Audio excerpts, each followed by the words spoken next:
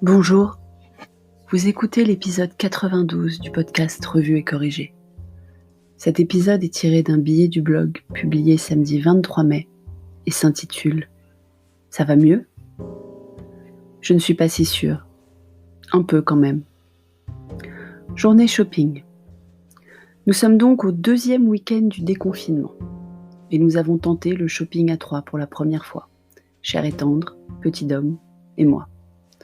On avait une longue liste en plus, 4 boutiques dans lesquelles passer.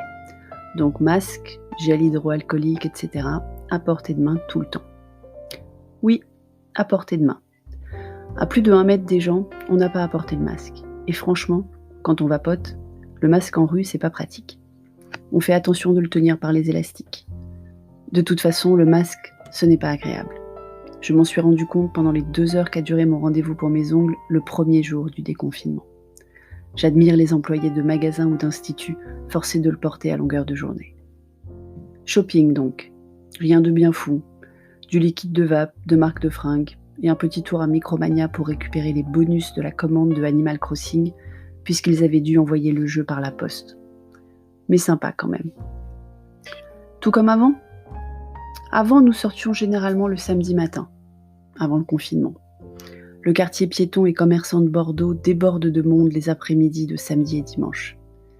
Nous n'avons donc pas dérogé à nos habitudes pour cette première fois, et il n'y avait ni plus ni moins de monde que d'habitude. Petite différence, quelques masques dans la rue, mais nous n'étions pas les seuls à ne pas les porter en rue. Et comme nous, ceux sans masque s'éloignaient au moment de croiser des gens. Du gel à toutes les portes de magasins ou restaurants à emporter. Quelques marquages au sol devant les magasins les plus fréquentés. Et c'est tout. La seule vraie différence, ce sont les enseignes fermées. Bars, restaurants, bistrots, cafés, pas une terrasse. Enfin si, une petite table devant un bistrot où normalement les tables sont très nombreuses. Et c'est d'habitude blindé de 10h du matin à minuit tous les jours. Une seule table, avec 2 cafés posés et 2 messieurs qui discutaient. Sans doute des gens qui travaillent là. Ce bistrot est officiellement ouvert pour des boissons à emporter. J'étais jalouse. Et il pleuvait. C'est vous dire si la terrasse me manque. Mais ce n'est pas le cœur du sujet. Les nouvelles ne sont pas si rassurantes que ça. Certes, les gens ont l'air raisonnables. Les magasins sont équipés. Les salariés ont télétravail le reste, sauf journée de retrouvailles ou autres réunions indispensables. Mais par exemple en Allemagne, tout juste 2 semaines après l'autorisation de procéder aux offices religieux, une 50aine de personnes sont en quarantaine, dont 40 positives au Covid et 6 d'entre elles déjà hospitalisées. Une étude menée par The Lancet fin mars, dont les résultats viennent d'être publiés, annonce que 26% des Français refuseraient le vaccin s'il était mis au point, ou en tout cas le déclaraient, le 27 mars dernier.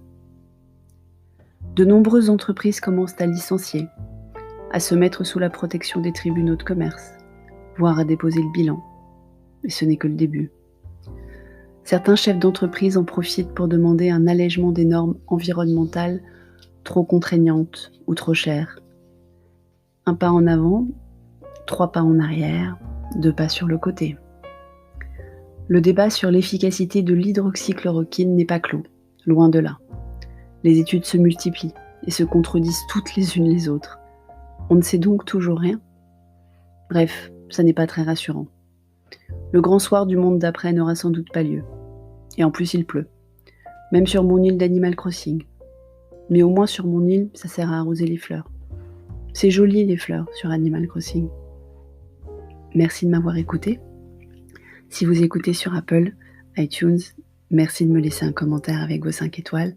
C'est très important les commentaires pour Apple. Et sur toutes les plateformes de balado-diffusion, abonnez-vous et partagez. À bientôt.